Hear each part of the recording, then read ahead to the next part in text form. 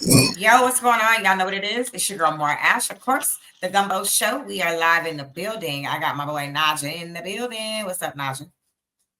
Yo, fine, blow, dandy, multitasking, handy, Like we do working. always. Yeah, working, double working. We have an amazing guest in the building today. Of course, we're here with our Who Am I segment. So we're bringing you guys another amazing talent today. We have Gabe Lustman in the building. Welcome to our show. How are you today? Hey, I'm doing great. Happy to be here. Great. We appreciate you for being here as well.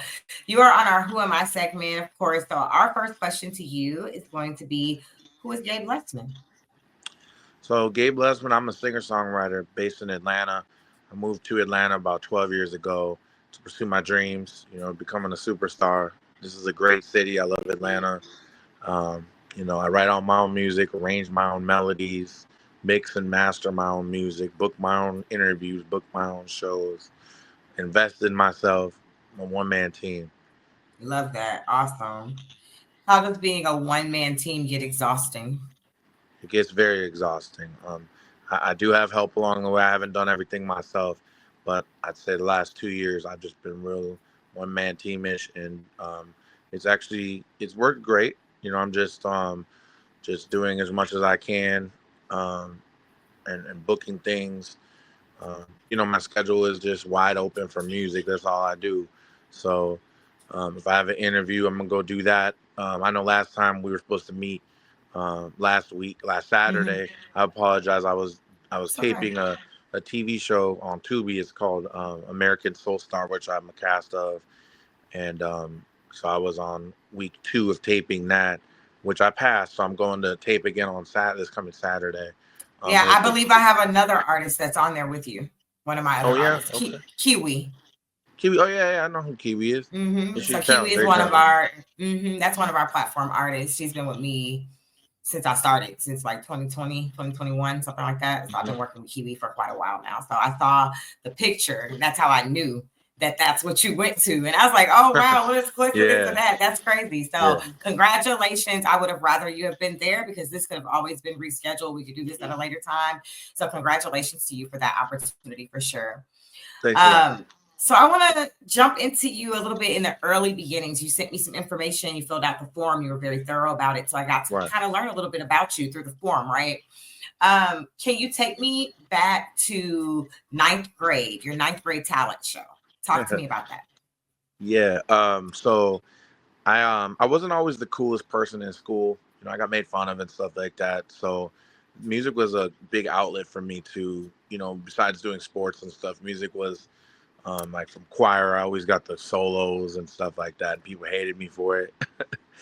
But it was cool. And I just got into like the talent shows. When I found out they had them talent shows, I was like, oh yeah, this is my chance to get in front of all the girls. You know what I'm saying? Make a name for myself in the school and all that, and redeem myself or whatever. Because back then I was trying to prove something to everybody. So, so yeah, I mean, I went in there, and there was a guy that I was friends with named Kevin Brewer, and we decided we were gonna sing "I Want It That Way" by the Backstreet Boys. So shout out to the Backstreet Boys. I love them. So we ended up singing that song, and there was like 7 periods of the day or 7 hours. Like they would be different, 7 different classes you rotate to. So all the science classes would come to the auditorium for 6 of the periods, and then one of the hours was lunch. So we performed 6 times, which was pretty crazy. That was like the most I ever performed in my life at that time.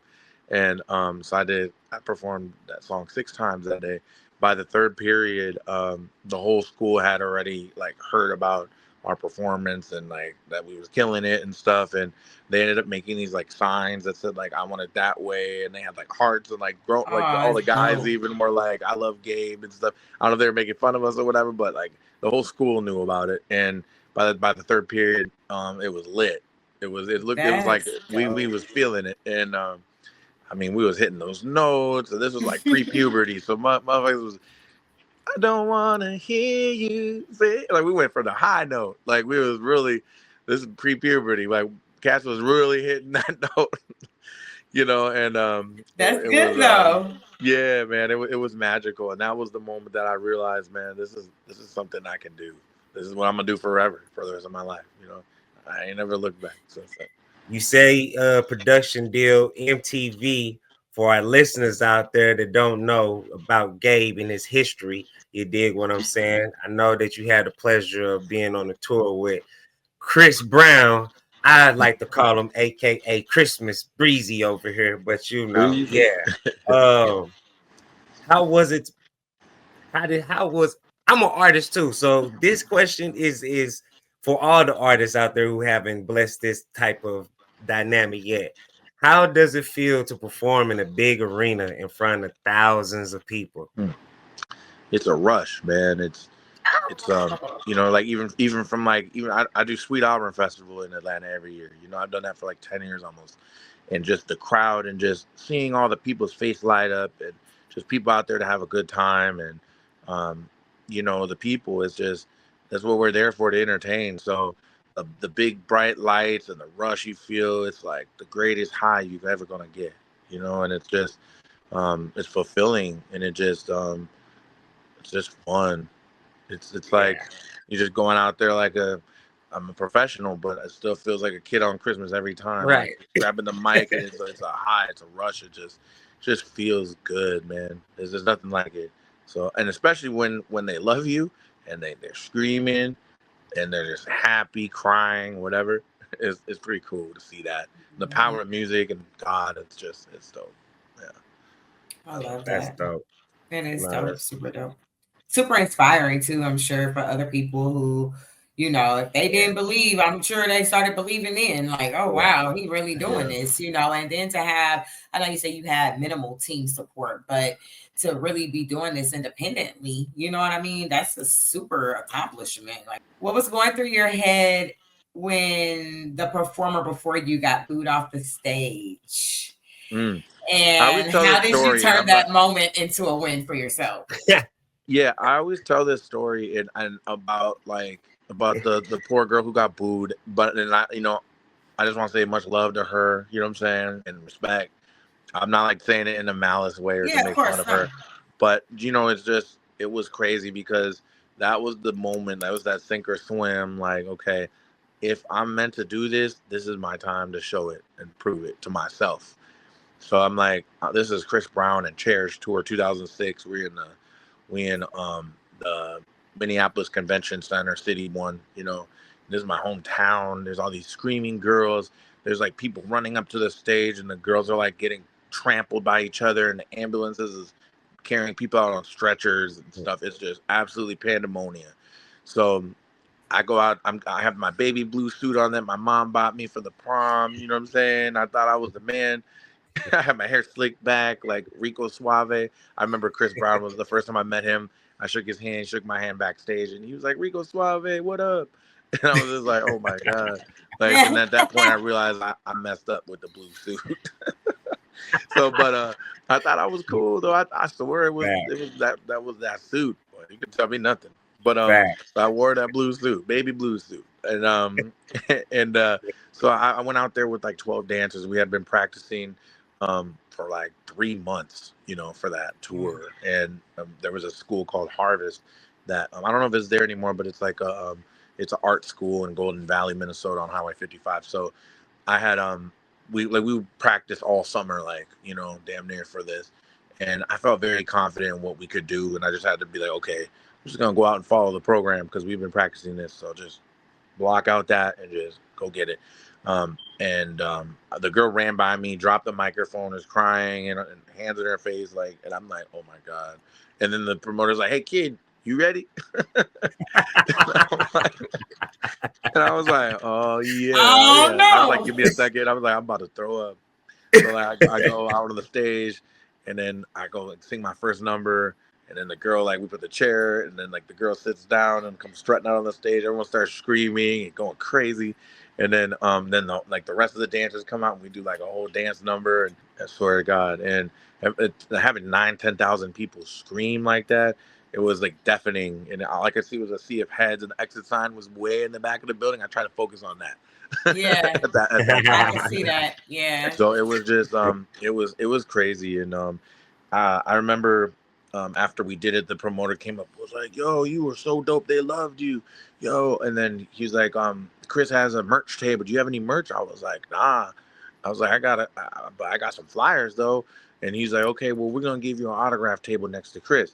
So like they gave me my own merch table next to him when he was autographing, because this is the time where he had a security there, of course, and then but the whole everybody just piled out, and there was such a long line for him that the spillover came to me. So I had thousands of little girls like line up to get autograph and stuff from me, because they thought I was like real tour support like that at that point. So it was like it was pretty cool, and that was a defining moment for sure. So what we're gonna do now is we're gonna talk about the record really quick. We're gonna jump into your song. Tell us a little bit about this record before you get ready to drop it for us. I have a new single out. It's called "What's the Move." I actually was a co-write with my boy Kavan, so shout out to him. He made the track and he wrote on the hook for me, and then shout out to Juice. He's been my mentor for many years, and he's helped me. He put that play together, and recorded it for me and everything, and got it right. So shout out to them with that. And that song is it's like a sexy drill kind of vibe. It's like I went to New York, and it was just really special to see like that genre and be around the Cash Cobains and all the Danny Dior's and the people who really do sexy drill like in the city, you know what I'm saying, in New York. So to have my own record like that and have people love it and understand how to deliver a record like that with the pockets like that and have the reaction I've gotten from it. It's gotten radio play. It's getting picked up by a lot of blogs, and a lot of people it's an instant, like you hear it and you love it kind of record. So it's a fan favorite for sure, and I'm really excited to drop that off today. So that's my song. It's called "What's the Move" by Gabe Lustman, and you can stream it on Apple Music, Spotify, Tidal, Deezer, Amazon Music, iHeart, all the stores. And the video is out on YouTube. So if you guys want to check it out, make sure you Gabe Lustman, "What's the Move." You can check it out right here, right now.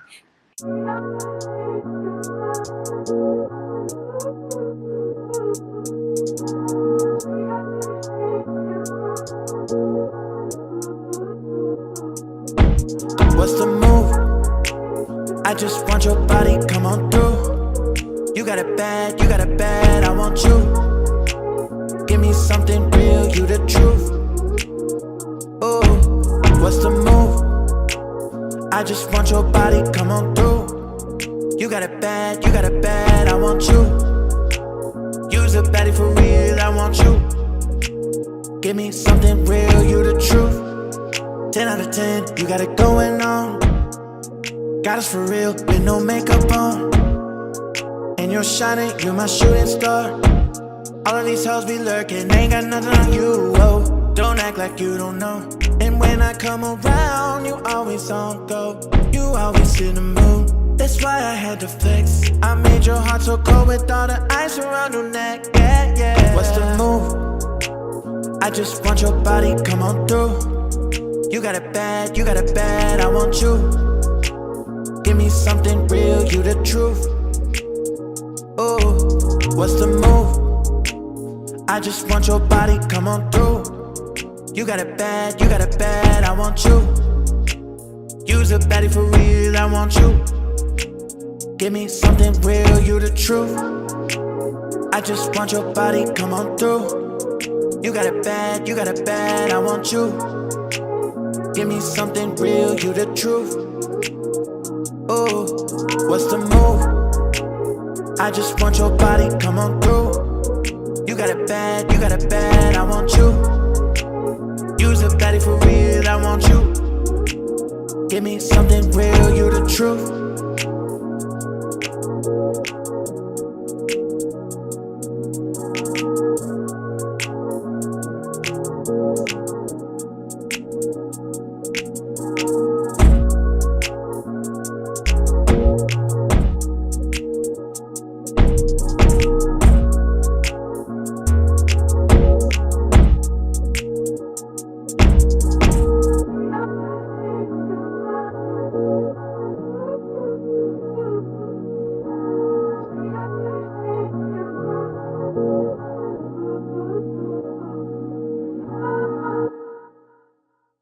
Yes, sir. We are back. Y'all know what it is. Of course, it's your girl, Maura Ash Nacha. We are still in the building. Shout out to DJ Mohawk, of course, our in-house DJ, and Ali, always behind the scenes, taking care of the visuals that you guys are seeing and the audio that you guys are listening to as well.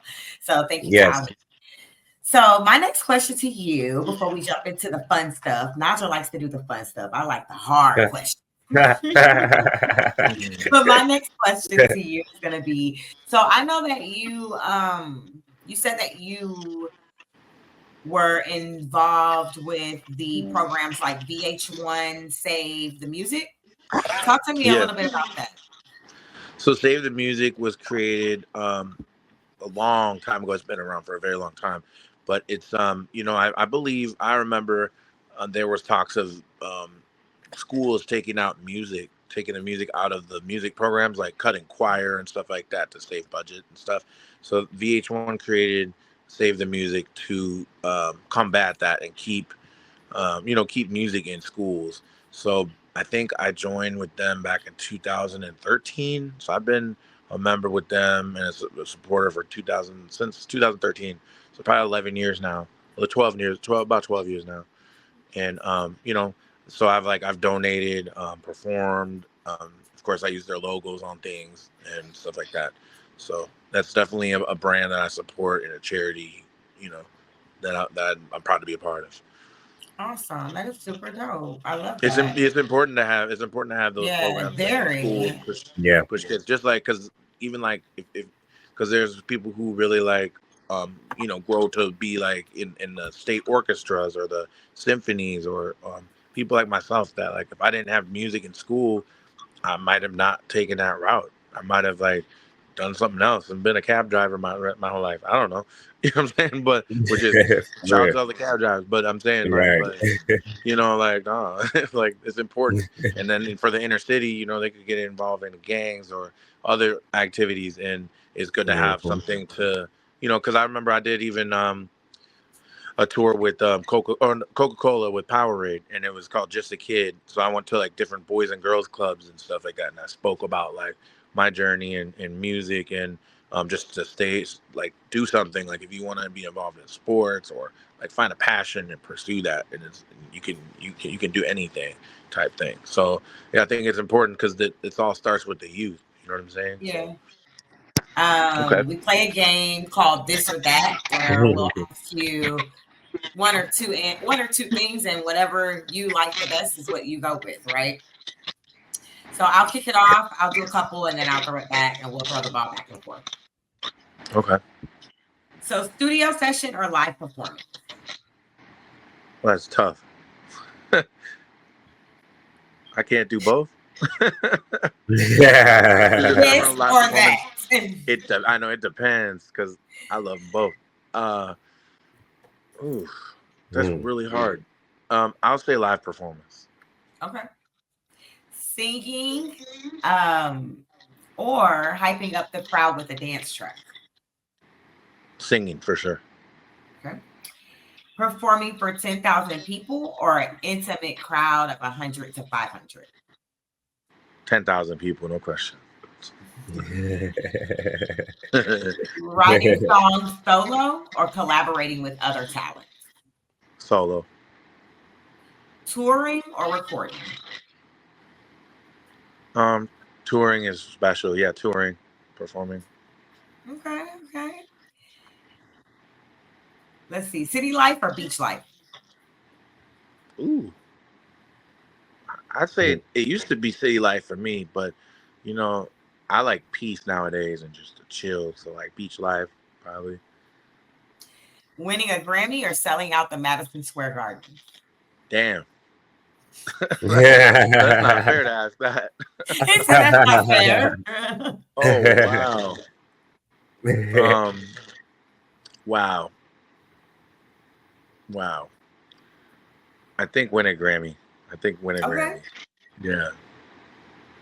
Morning or night? Night. R&B or pop? R&B. My last one before I throw it over to Nacha. Backstreet Boys or NSYNC? Oh, damn. Oh, man. Okay. These are tough, man. Facts. They're both great artists, and I just have to say this because I got respect for both, and I practice with both of those. Like I know all the music, all the albums of both, and I have to say NSYNC because Justin Timberlake is my favorite artist. So but I mean, Backstreet Boys are like the most soulful group like that. They were the first that when Maurice Starr put out after he did New Kids and New Edition, all that. So then he put together Backstreet with Lou Pearlman and Johnny Wright and all that, and then they were the first. So they paved the way for NSYNC. So respect to all those guys, but of course NSYNC, man, because it's Timberlake. I got so many questions as to. Okay, so first, have you ever crowd surfed? And if you haven't, will you ever crowd surf? That's a great question. I haven't crowd surfed, and would I? I mean, if the opportunity presented itself and it was like that type of vibe, I'm more of like a crooner and just like kind of chill and try to be sexy with it. You know what I'm saying? So I don't know. That's a lot. That's some rock star stuff. But I mean, hey, if I saw the Madison Square Garden, we might have to. Nah, facts. So it's when she asked those, that's just the answer I came with the Madison and the Grammy. Since now LA had a fire and they postponed this year. The answer would be dope. Would be like, well, I'm gonna accept my Grammy in Madison Square Garden, right? Like, you know what I'm saying? Then I had another idea when she asked, what was it? Performing or live performance or studio? Or studio? Yo, it would be dope to have the booth on the stage. Oh man. See, I could have finessed it and then put it like together. A live performance at the studio. Nah, we gonna do that, Gabe. Whoever's listening, we want our piece again. You know what I'm saying? Like, I know for next time. That is for sure. All right, mine's is more like fill in the blanks. We'll go with some fill in the blanks here. First one, my guilty pleasure song is. My guilty pleasure song is "Nice and Slow" by Usher. Ooh, I like that. I like that. That's They call me U-S-H-E-R. Yeah, put it on. He had his chest out. He had his chest out in the street. Got the shirt flying, the butterfly. Yeah. Yeah, you know what I'm saying? And that's crazy because I saw the video and I was like, he got the girl in the car. And then you're around the same age. So I'm like, bruh, I would love to have me a little Benz compressor right now to go to school. Nah, fact. If I could perform anywhere in the world, it would be. If I could perform anywhere in the world, it would be the O2 Arena in London. Okay. Why, man? That's a legendary place. Okay.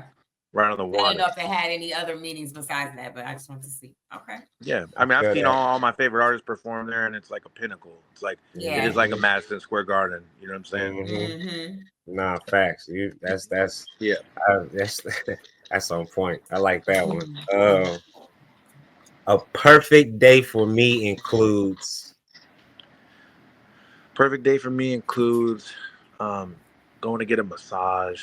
Going to my favorite place called Sweat House, sweating out all the toxins, getting that red light therapy, doing a cold plunge, maybe going to get some sushi, get my hair cut, maybe stop by the strip club and have a drink or two and maybe hit the studio after that or go and perform, Bro. That's a cool day. Nah, what's your sign, Gabe? I'm an Aries. So I'm a Pisces, Ash is an Aquarius, and I promise you your perfect day is Ash perfect day for sure. Massage, chiropractor, something to eat because she's a foodie. She do the strip club with you. Okay. Oh, you talking about late night? We gonna hit the stage in the arena? Yeah, that type of time. Like it's my day. My type of day, Gabe. I tell you. Yeah, preferably Gold Rush, but I go wherever you want. All right, turn up. Hey, Magic City. Get the chicken wings. They do got some good chicken wings in there. in 10 years, I see myself. 10 years, I see myself being Grammy nominated, if not winning a Grammy, whether it be as a songwriter, as an artist, I don't care. I just want one. Touring more, a lot more viral than I've already gone in this past 6 months. Maybe having a girlfriend or like a fiance, maybe having a kid, and just being able to do a lot more with my business and develop more as a businessman, an entrepreneur, versus just being just a little artist trying to make it. You know what I mean? No, facts. I feel that. Yeah. That's pretty detailed right there, Gabe. I see you put the whole package together. I see, you know what I mean? You got the award in the crib, on the mantle, or in the special spot, got the plaques, got the wifey, got the kiddos. Okay, I see, you know what I'm saying? I gotta have a pool, gotta have the infinity pool though. You know what I'm saying? The infinity. Save this. Save this energy. Now you right showing here. out, Gabe. You showing out, Gabe. Sure, it's coming. I ain't tripping. Nah, facts. That's right. Claim it. So I have some, and then we'll get ready to close out the show. Got, Ash? The moment I knew I wanted to pursue music professionally was when. Moment I knew I wanted to pursue music professionally was when I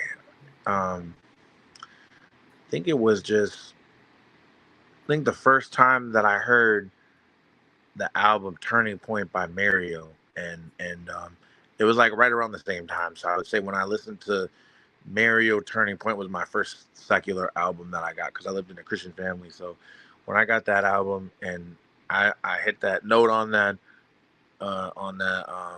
You Should Let Me Love You, and it rang through the bathroom walls, and then like that. And then when I discovered the My Way album by Usher, and then when Timberlake did the Justified, when Timberlake did that Justified album, and the way I love that music, I was like, man, I gotta be like these guys. I need to have that success like they have.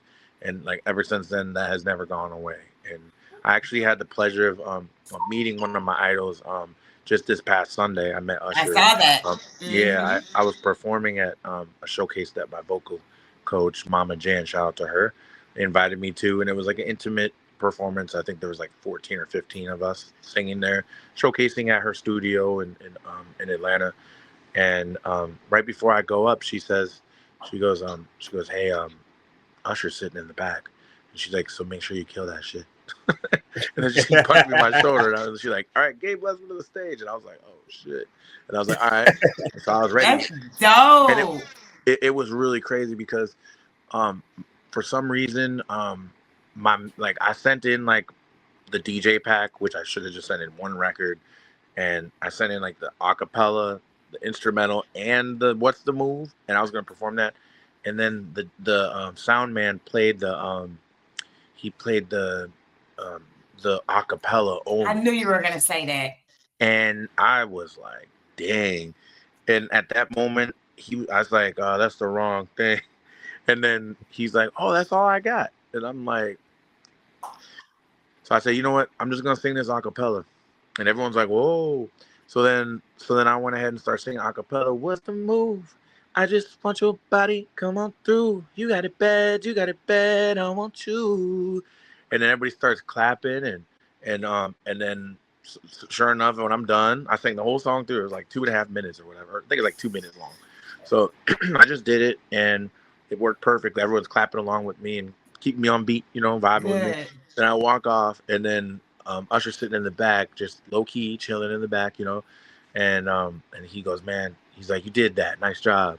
And I was like, I didn't even know you were gonna be here, bro. I was like, I didn't know what to say. It was like really cool. So like then I go sit down, and then when we were leaving out, he said, like, he's holding the door open for a couple older ladies or whatever, and like of course I try to like walk out right behind him, And so then he's there, and I was like, hey, I was like, hey, thanks for the love again, man. It's good to see you. I know you're gonna be here. This is cool. This was dope to perform in front of you. And then he's like, man, I was about to hit your ad libs. I was like, you should have. That would have been history, bro. It was fire. That would have been It was history. fire. That is so cool. Cool. Congratulations to you for that. That you was sound a amazing. moment. It was special for just me. the little seconds that you just did for us. So I'm sure you killed the whole 2 minutes of that. And I'm just excited for you. You're so professional. You have such great stories. Thank you for your time. Yeah. Thank you for being with us today. We really genuinely appreciate that. We are wishing you the best of luck and success. Guys, you know what it is. Make sure you tap in. Follow Gabe Lustman. And see the many great things that he is doing. And, you know, continue to support his music and his brand and help him grow and elevate to where he wants to be. Y'all know what it is, man. It's the Gumbo Show. Your girl, Ash. Naja's in the building. Yes, sir, shout out to our DJ Mohawk of the Atlanta Hawks. And of course, Ali, always behind the scenes. Yes, Y'all know sir. Don't turn that dial. We will be right back.